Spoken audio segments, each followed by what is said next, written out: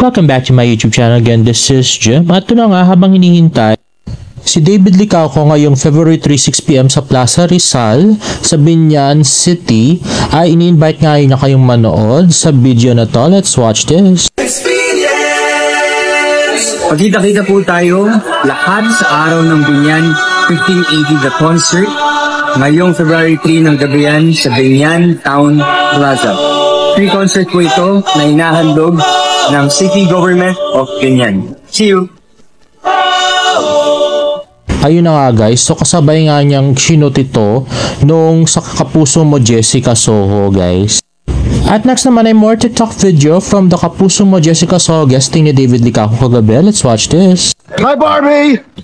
Hi Ken! Hi Barbie! Hi Barbie! Hi Barbie! Hi Ken! Hi Ken.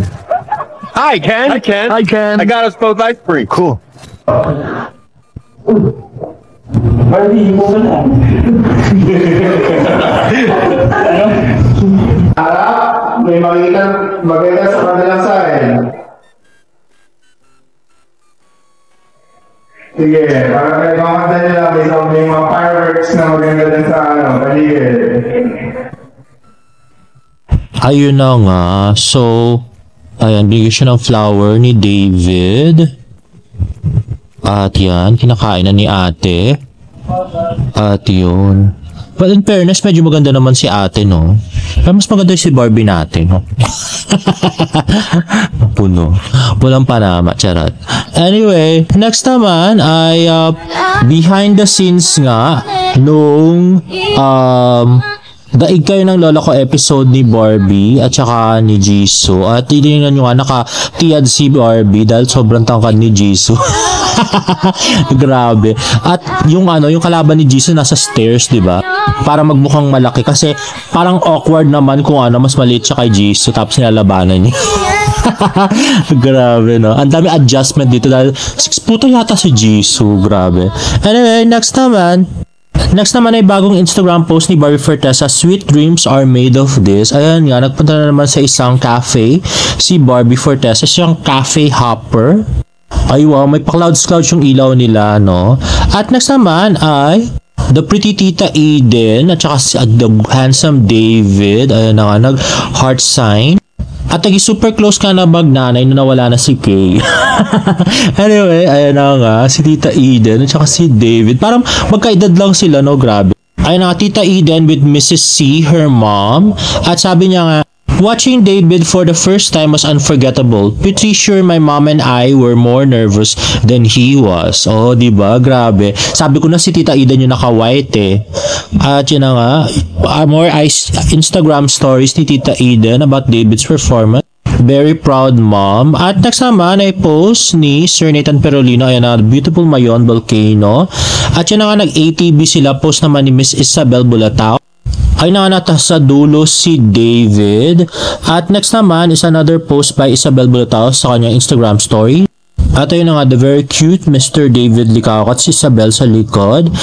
At ito naman, Instagram story ni Sir Nathan, hangover at the hotel, pagkurap mo, nag-ATV ka na, #LifeChoices. At post nga ng your brother, Mayon ATV tour. Ayan na, the adventure starts when the payment ends, let's get dirty. Welcome to Legazpi City. David Licauco, thank you for choosing your brother for the ATV adventure. Ayan na nga, sa Legazpi, Alba. Ayun na, more pictures of the very cute pambansang Ginoo, David Licauco. Ayun na, close up ko para sa ating convenience. At yan na, nagpalit siya kanina ni yellow doon sa picture. Ayun na, napaka-cute, pambansang Ginoo. At ito, medyo malabo pero close up ko pa rin si David. At next naman ay ito, nasa na siya, parang ilog yun or something. Ayan na, cute. At ito video to coming from Miss Isabel Bulatao. At yan naman si David, ang bilis lang ng video. At meron nga slow motion video. Ayan nga, galing kay Sir Nathan Perolino. Ayun nga, napaka-cute na si David. At ito naman galing kay Fangirl 2050. Ayun nga, slow mo niya yung pagdadrive ni David. O, diba? At ito naman si Sir Nathan Perolino on his ATV. Ang mahal naman kasi niya. Libo yata yun, no? Pagkaano. Kaya hindi ko rin tinatry. Mag ATV ka, mahal-mahal. Bumili ka na lang makapagkain. Kaya I don't really pay for that. Hindi siya worth it, charot. Sa mga poor na tulad natin pala, hindi siya worth it. At yan na nga. So, ito pa si Sir Nathan Perolino na maraming video for today's video. At ito nga post ni Miss Sunshine Chua Imperia is with David Licaco. Bye sweetie, have a safe flight. Ayan na nga, napaka-cute na pambansang Ginoo. Ayan na nga, handsome as ever. At ito na nga, post ni Sir Nathan, arrive in Manila, see you later, Binyan. At ang dami nga nag-comment do sa post ni Barbie Fortesa na nagtitennis. Sabi ni Genre, Challengers Era. Reply naman ni Barbie, very like that nga. Hahaha. Tapos sabi ni Miss Eugene Domingo, galing ni Daddy F. Sabi ni Barbie, chill lang po pero palong-palo, diba? At nag-comment si Miss Eugene, ang saya-saya, thank you for giving me this morning. Sabi ni Barbie, yehey. At nag-comment si Christopher Martin na taray, daming ginagawa ha. Tapos nag-comment si Barbie na yes, gala na siya. Nararamdaman kong proud ka. Tapos nag-comment si Christopher Martin na matik. At sabi naman ni Miss Agot Isidro, sama. At sabi ni Barbie, wow, tara po.